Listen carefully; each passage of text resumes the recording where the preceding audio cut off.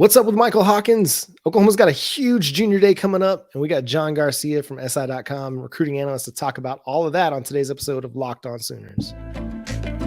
You are Locked On Sooners, your daily podcast on the Oklahoma Sooners, part of the Locked On Podcast Network, your team every day.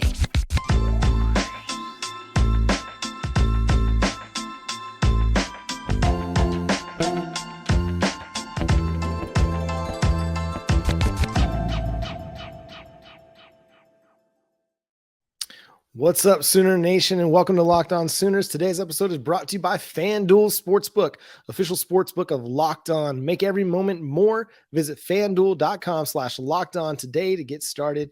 Thank you for joining us. My name is John Williams. You can follow me on Twitter at John9Williams. My buddy here is Josh Helmer. You can follow him on Twitter at JoshOnRef. You can also hear him Monday through Friday from 9 to noon on 94.7 The Ref. And Norman, Josh, how's it going, my friends? What's up? What's up? How we doing?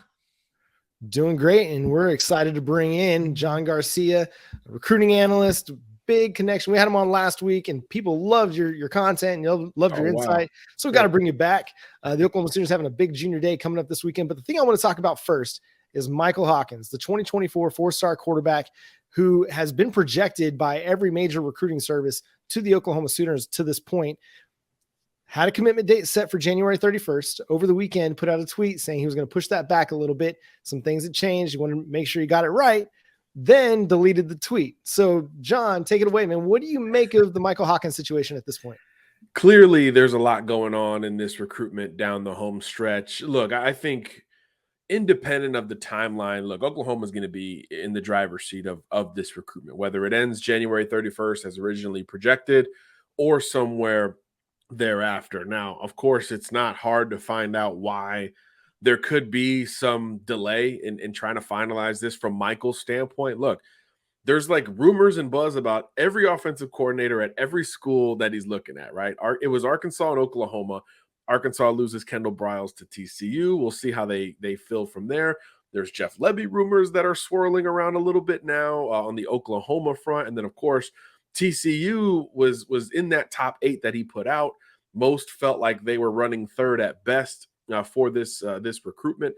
And now, of course, they grabbed Briles. So there's a sense that TCU maybe vaults over Arkansas here in short order. But I think, again, independent of that, Oklahoma is going to stay in the thick of this race and probably in the driver's seat for Hawkins, no matter when he makes the decision. And clearly there's some back and forth going on in the Hawkins camp, and that's understandable because on top of all of this, he's been making visits, and he's supposed to be back at OU this weekend. Of course, journalistically, you're like, okay, when he sits down with Jeff Lebby, what does that look like? What is the message there? Does Lebby kind of nudge him and say, hey, I'm sticking around, or could it be a little bit more vague and maybe freak out Sooner Nation a little bit more?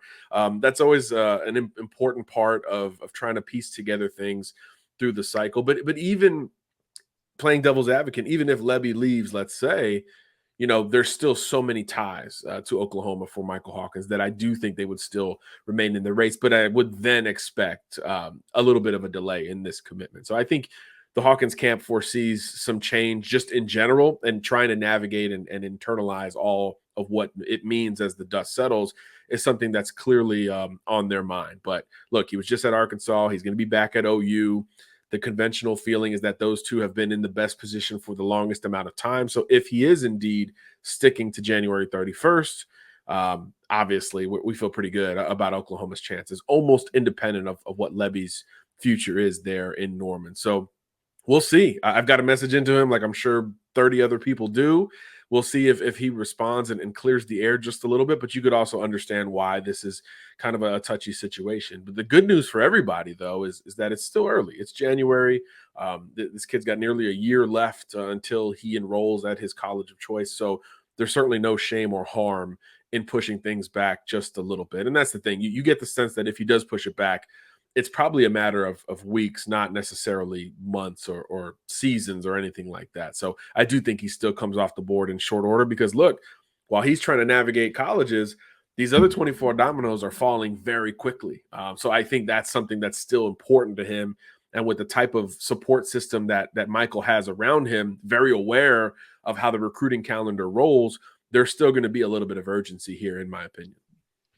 what's your gut feel, whether it's a sourced gut feel or just that, a gut feel? Is this potential delay? I know that he had the tweet and deleted it, but that at least makes me feel like, okay, well, there's some indecisiveness in some regard, or he's at least thinking about, clearly he's thinking about delaying the commitment announcement. Is it more about, okay, is Jeff Lebby going to still be around at Oklahoma, or is this more that Kendall Briles is jumping from Arkansas to TCU? What's your gut feel on that portion of it? My gut is with the latter. I think this is more about Briles and the intrigue of TCU, which all of a sudden, which not only is it very close to home for Michael, but of course, in the last few months, TCU profiles differently. It just kind of is what it is on that front. Then you pair that with the relationship that he's obviously already established with Kendall, and it makes the Horned Frogs a little bit more attractive. They were already in his top 8. He's already built some rapport with Sonny Dykes. So I think that's where some of this starts to lean, just in terms of the intrigue and timeliness of all of it. And then on top of all that, TCU didn't sign a quarterback in 23, and obviously Duggan is departing to the NFL. So all of those dominoes, just from a business standpoint, profile very well for TCU. Now, they're still trying to grab a 23 quarterback. Jaden Rashad is supposed to visit this weekend, so that could throw a bit of a wrench into that depth chart plan and how TCU presents itself. But as it stands today, as we record, TCU looks pretty wide open relative to some of the other schools on his list. And then you pair that with the geography, Dykes and Briles. And I think this is about the Horned Frogs crashing the party more than OU losing ground as maybe the top school. One other thing that kind of threw, maybe, I don't even want to say it's a wrench necessarily, but was intriguing was not but a week ago, they issued an offer to the 2024 quarterback out of Arkansas, Walker White. Just to make it funner for us. Yeah. Yeah. So that just provided a whole lot more intrigue to the whole conversation. What do you know about Walker White? I mean, number one player in the state of Arkansas, obviously very highly regarded. Jeff Lebby had connections with him from his time at Ole Miss. His offer from Ole Miss came back in 2021. So your thoughts on Walker White? Yeah. At that time, starting at the last point, John, at that point, I think Walker White was like very favored to end up at Ole Miss because of Jeff Lebby and that early established relationship. Ole Miss had some up and down runs at quarterbacks in the 23 cycle, didn't end up signing one. But even before that, again, Walker White to Ole Miss was very much a thing in that market. Since then, a lot has changed. A lot more schools have come in. Naturally, a lot of these coaches have moved around to a degree. So it's kind of gone full circle. It was like Ole Miss, maybe Bama at one point, other schools, and then it's now kind of circled back to the in-state school, to Arkansas, especially with that assumption. And the timeliness of the OU offer was truly a wrench. I think that's a good point.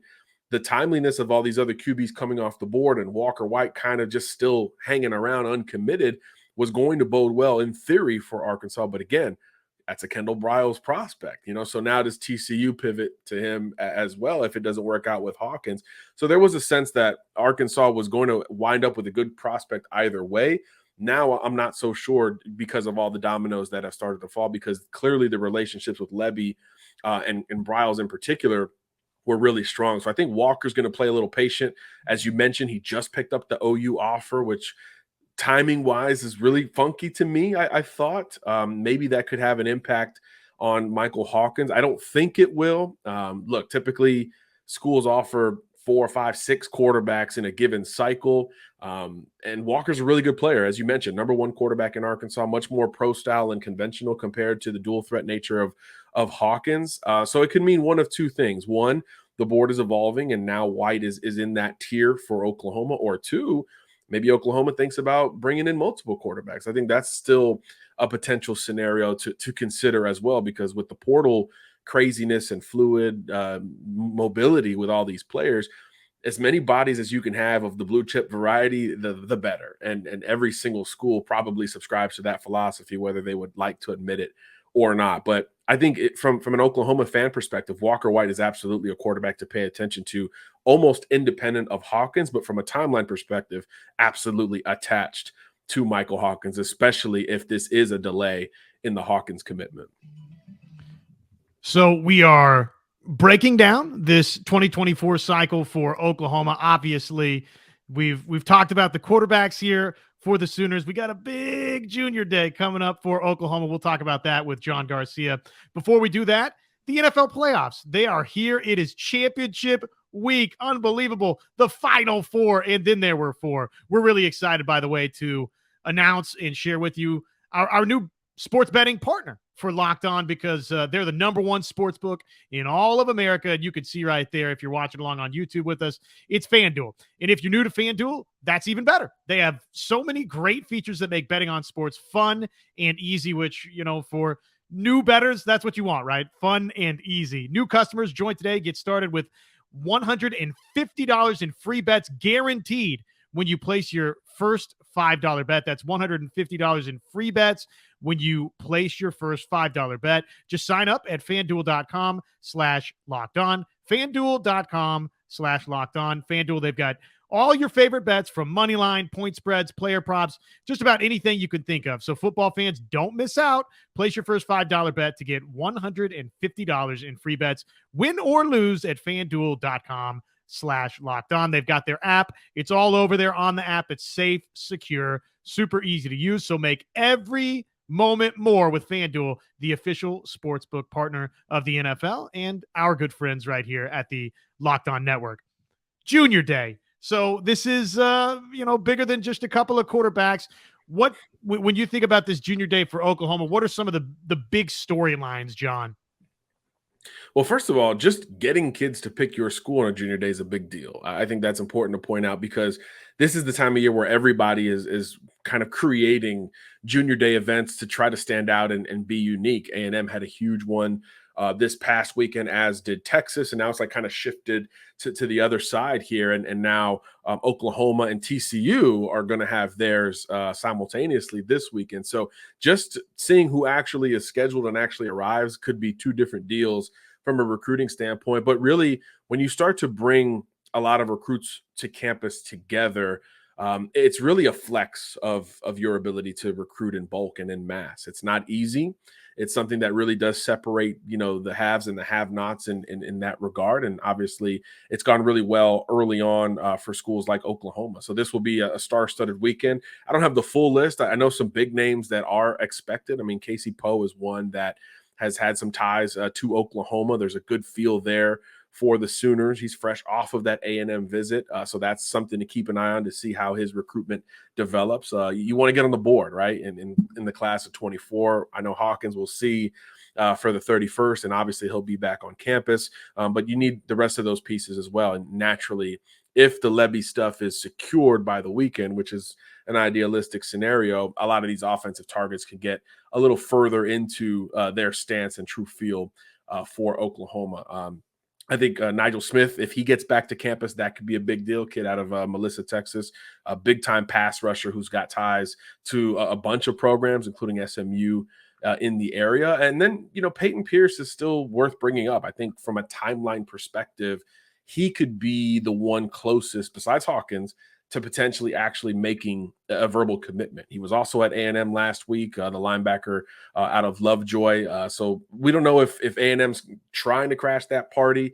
This is profiled as more of an Notre Dame Oklahoma battle, which has become a familiar opponent to Sooners fans, which is probably unexpected, but interesting to watch as it develops. Notre Dame has always prioritized the state of Texas, so you understand where that comes from. But now A&M is throwing its hat in that ring, so that could be something interesting. But even still, I do think Pierce has a lot of love for Oklahoma. That projection still looks pretty good from the industry at this point. But there is a sense that Notre Dame's been that number two. Is A&M now trying to push in that regard? So that'll be something interesting to watch. But either way, if he returns to campus as expected, I do think that's a big deal for OU, and he's one I've got my eye on here going forward. But the list is big and it's growing. I've seen 2 new kids confirm just in the last little bit right before we jumped on. So this will be a great list to track as we get towards the end of the week. And naturally, when your commit lists, you expect some dominoes to maybe fall, and maybe you grab a kid or two here along the way, which I think would be big, of course, for momentum. So you mentioned Poe, you mentioned Pierce. For Oklahoma in particular, who are some other names that we need to really be kind of keeping an eye on? Well, naturally, look, David Stone's where that conversation begins. I know we talked a lot about him last week, as we did with Williams-Nwaneri, the fast riser out of the Kansas City, St. Louis corridor up there.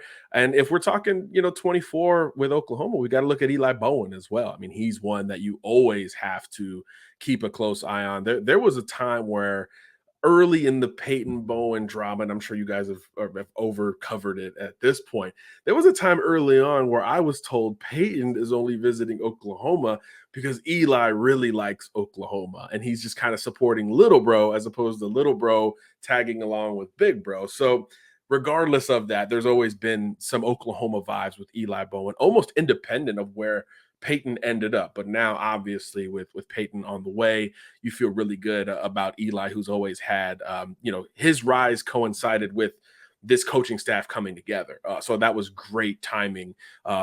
Great timing there for Oklahoma on that front. So I do think he's probably the first or second recruit to bring up after the Michael Hawkins, David Stones of the world. So there's no commits on board just yet, but obviously there's a lot ahead for Oklahoma in this cycle. So speaking of the family connections, I want to ask you about Idris Farouk, the cousin to Jalil Farouk out of the DC area. Not somebody who's like a blue chip prospect at the moment, but somebody who I watched a little bit of his highlight tape, and I like the edge that he brings. But he's being recruited all over the place, up north, East Coast. He's got a lot of different options, a lot of different offers. How much do you think the family ties could play into Oklahoma landing him, the defensive back in the 2024 class? Oh, it's always important. I think when kids are going through the process nowadays, they really struggle to differentiate the pitches from what's real at some of these campuses. But when you've got family or blood on campus at one of these schools, you get the real. And the beauty of it is there's no real limit to the communication between both parties. So he can call big bro whenever he wants and say, hey, what was practice like after a win or after a loss, or what's the offseason like? You can really get that true, authentic scoop on what it's like to be a player, as opposed to more of the glorified recruiting pitches and graphics and all the stuff that have become synonymous with the process in this day and age. So I do think that's always an advantage, especially, John, when you're talking about a kid who would have to travel so far away. That's another big feather in the cap for Oklahoma in this recruitment. If it pushes and goes all in for the next Farouk, you've already established that, hey, going across the country, surviving a coaching change, you've gone through a lot of adversity and an uphill battle in an era where most kids maybe would have bolted at one point or the next, yet Jalil's still there. So I do think those things will bode well for Oklahoma, and just showing that path is successful. And look, and we talked about it last show, Oklahoma has always known to been able to recruit incredibly well offensively. So we're looking for more on the other side of the ball. I think the 24 class is the best situation, first full class, where you can really dig into the defensive side of the ball. I think maybe that will be the strength early in this cycle, as opposed to where last year it was offensively late and early, and then the defensive guys came along later in the run. I think it could be the opposite this year, especially with some of these big names on board and how many ties these guys have to Oklahoma in particular, where you talk about Bowen, Farouk, Stone, all these guys on defense. If they start to accelerate things, that could be really big for Oklahoma on that side of the ball, which is obviously, again, where there maybe is more ground to make up. So if we're talking defense, a couple of guys that it feels like are perceived toward, or at least trending in some way, shape, or form, Oklahoma's direction. A couple of safeties, Jordan Johnson Rubel out of IMG Academy down there in Florida. You've also got Aaron Flowers. He's from Forney, Texas. What do you know about these two safeties, and how realistic of a player is Oklahoma in each of these two recruitments? I think they're in the thick of it for both. Of course, a couple of Texas natives, Rubel, like you mentioned, now over here in my state, in the state of Florida at IMG. I actually saw him this weekend, talked to him a little bit at a 7-on-7, and yeah, he's got this top group, and then all these other schools offered. So there's a sense that his recruitment is pretty open, but he's going to go back home as much as possible. And I think Oklahoma is going to stay in the thick of it from that regard. There's this sense that when kids leave home to go to IMG, the chances of them going back to their home area actually increase, because now you're able to pull from a further region of the country, and these kids are more they have more oomph to go back home, whether it's on breaks, anything like that, because they're not home. They miss it a little bit sooner. So I think that pushes, better for those schools in that conventional Big 12 footprint. But simultaneously now, schools in his new footprint have really jumped in and started to make things interesting. I think he visited Miami on Friday for the first time, liked what he saw. He wants to get to Ole Miss, a couple other schools in the mix there for him. But he was originally working with that summer timeline. And I think if he sticks to that, and as today shows us, that can change.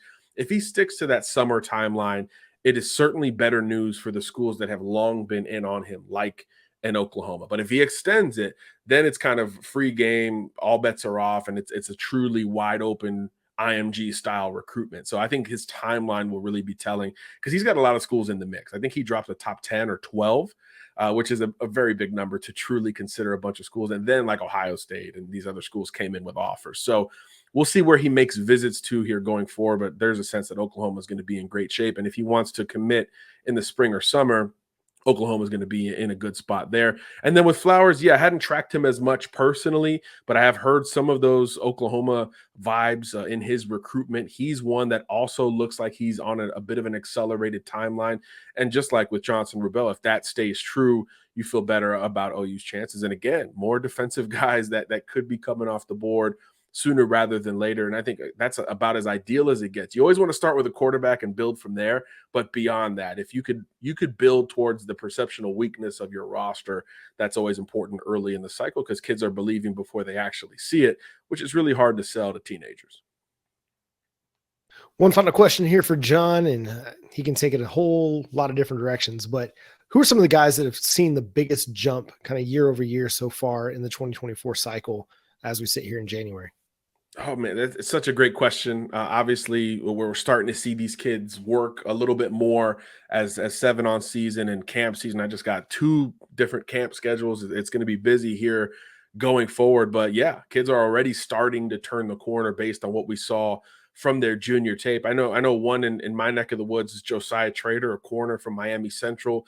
He's really upped his own stock by focusing on the corner position. He came up as a bit of a receiver, plays both ways. And I think a lot of kids making that transition from junior to senior season that play multiple positions are going to start to hone in on one. I know off air, we talked a little bit about Eddie Pierre Luis out of Tampa Catholic, teammate, of course, of Oklahoma signee Lewis Carter. He's another one. It's not corner receiver, it's tackle versus guard. He is embracing a little bit more of that interior offensive line projection that he's kind of been bestowed upon. He's going to continue to play tackle at Catholic, but now at these camps and other events, he's begun to work inside, and he's reshaped his frame just a little bit on top of it. So that will bode well for his recruitment. SEC legacy, big bro, I think just finished up at the University of Florida.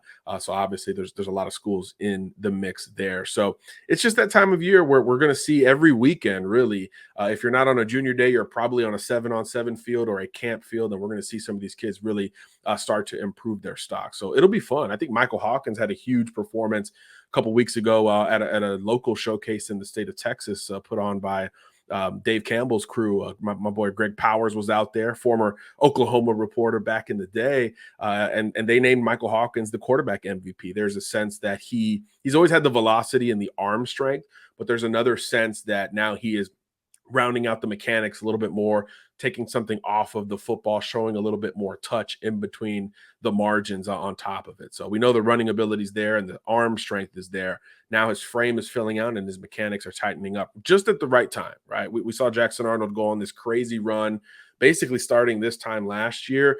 Hawkins could maybe ascend at a similar pace to where he's viewed as one of the best, and then that list starts to get a little bit smaller as time goes on. So very curious to see him work this offseason, even though he's probably more focused on where he's going to play college football. And that's going to do it for today's episode of Locked On Sooners. Special thanks again to John Garcia, SI.com, recruiting analyst. Make sure y'all go follow him on Twitter at John Garcia _Jr. over there. Check out his work. And you can find him all over the Locked On network. He is a busy man doing the work for us on the recruiting side. So make sure you go check him out. Wherever you get your podcasts, follow him. You just search John Garcia, and I bet you'll find a ton of videos that pop up on the YouTube side or on the podcast side from Locked On shows as well. So if you want more John Garcia, just go check it out over there. But make sure you subscribe to the show wherever you get your podcasts. We're available on YouTube. And that's going to do it for today's episode of Locked On Sooners. Thank you so much for tuning in. We're free and available on all podcast platforms, including YouTube. So make sure you're subscribed to the show wherever you get your podcasts. Hit the notification bell over there on YouTube. Let you know when new episodes drop, and drop a like as well. It's off-season time, but we're going to be here with you every single day, not slowing down one bit. So again, make sure you're subscribed to the show. But thank you again. Special thanks to John Garcia for being a part of the show. For Josh Helmer, I'm John Williams. We'll catch you next time. Boomer Sooner.